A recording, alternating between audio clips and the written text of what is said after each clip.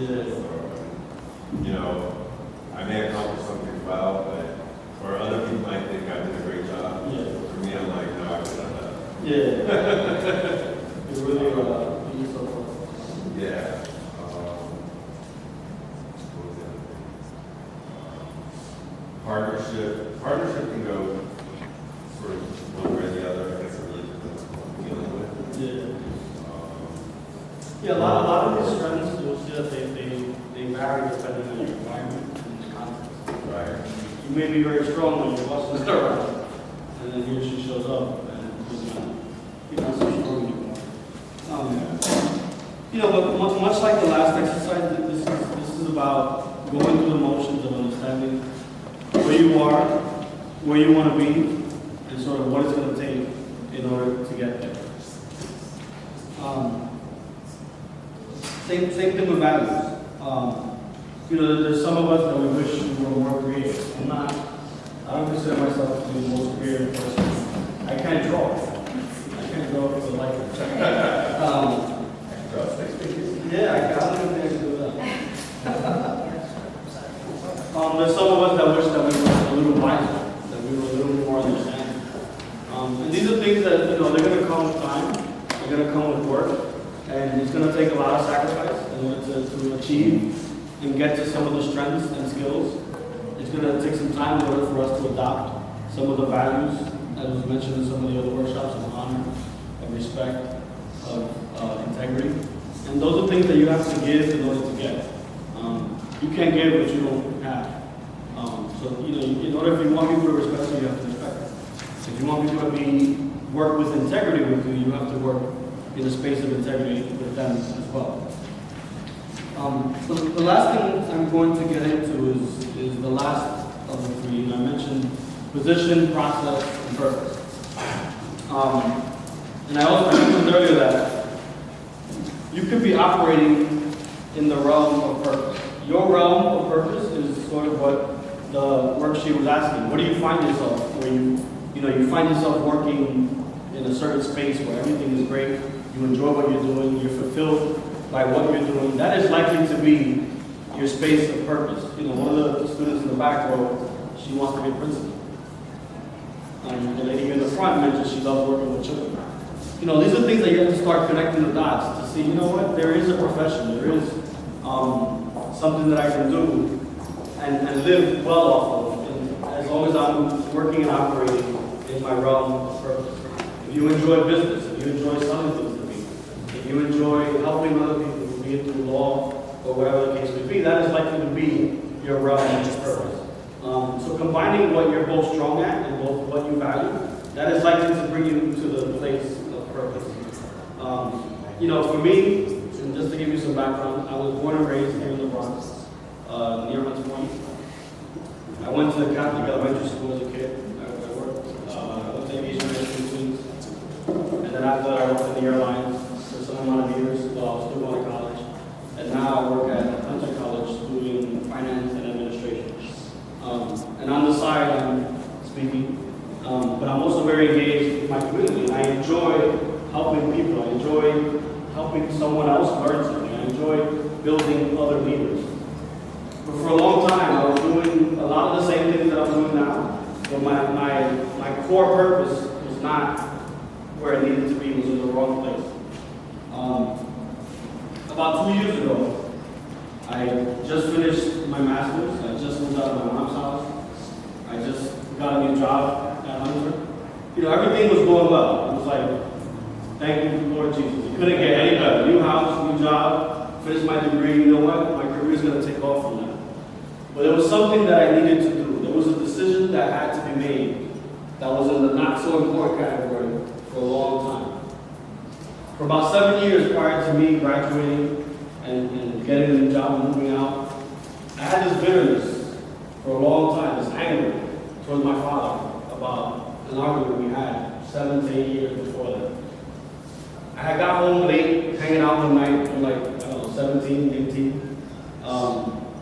And he had told me, you know what, you're never going to be successful because you don't have what it takes to be successful.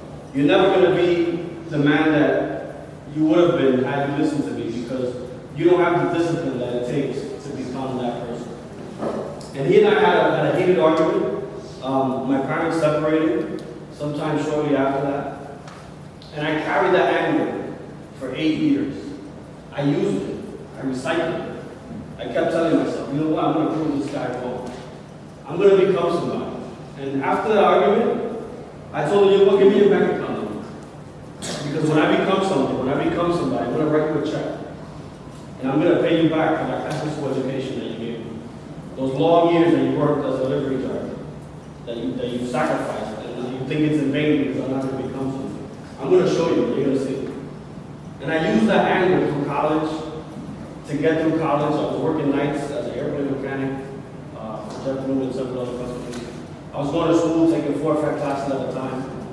I break nights sometimes reading books. I break nights studying for midterms, preparing for finals.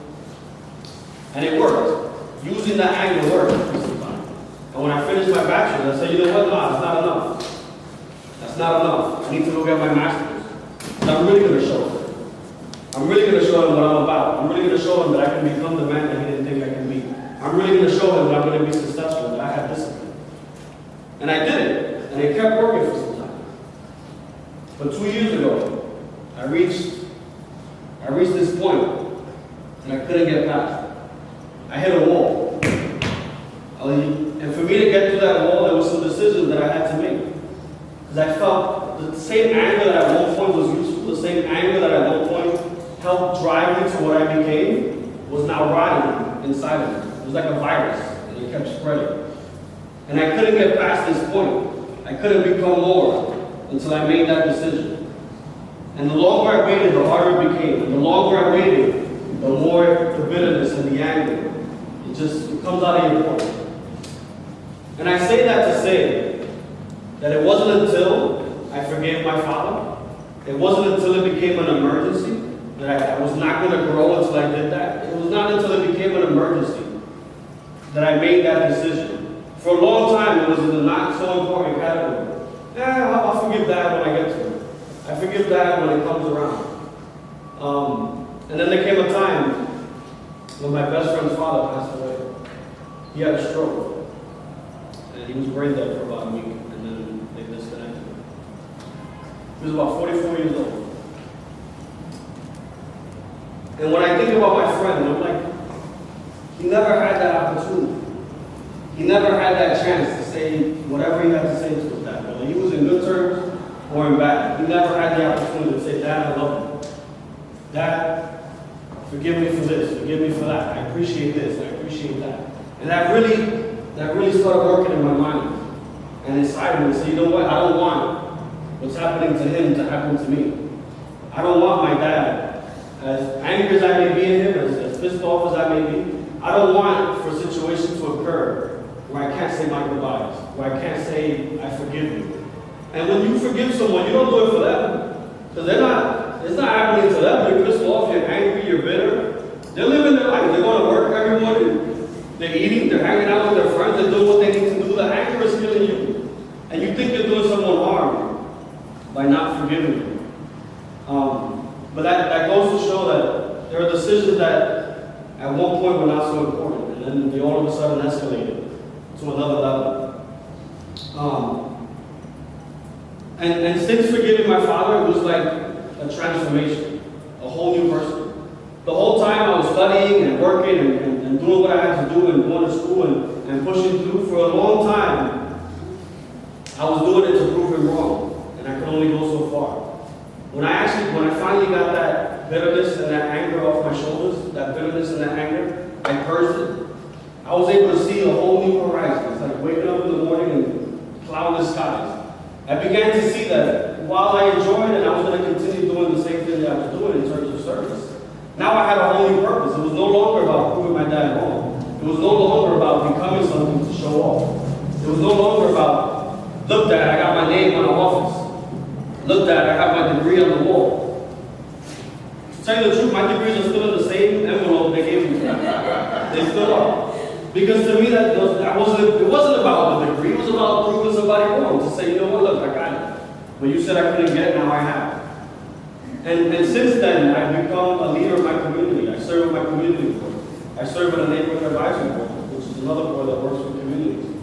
I'm a mentor with New York Needs. I don't know if some of the students here have heard about it, but they help first generation students succeed in life, by giving them the tools and the insight that they need to get to the next level. 2 years ago, I started running. I ran a marathon 2 years ago for a charity organization in Africa that helps get water wells for villagers. Last year, I ran a marathon, again, the Chicago Marathon for cancer patients in St. Jude's Hospital. And I didn't do that because I already did what you said I was going to do, and I forgave you. Now I have a whole new purpose. Now I have a whole new horizon that I want to get to. And I would not be able to do those things that I've been able to do in the last few years if I kept carrying that misguided purpose, if I kept carrying that venom that was inside of me. So I'm here to tell you that it's not. Sometimes we think about the decisions we need to make, and they may seem very in the context of my profession, in the context of my relationships, in the context of a skill that I need to gain. Sometimes the decision you have to make has nothing to do with your career. Me getting to the next level in my life and my career had nothing to do with reading a book. It had nothing to do with taking some Excel spreadsheet class or taking a business course. It had everything to do with my personal life. And so you see on this slide, and I'll show you the book actually later. These worksheets come from a book that I've been reading. It's called Life Entrepreneurs. And what it talks about is that you will not be able to achieve in your professional life what you're able to until you get your personal life in order. And the same vice versa. They need to work in tandem. So everything may be going great for you in your career. You may be getting those degrees and getting that job and doing everything you need to do, but there's some business that needs to be handled on the personal side. And until you do those things, you're going to see that you're only going to get so far in life. You're only going to get so ahead, and then you're going to have to do certain things and sacrifice certain stuff to get to where you want to go. As I mentioned earlier, success is not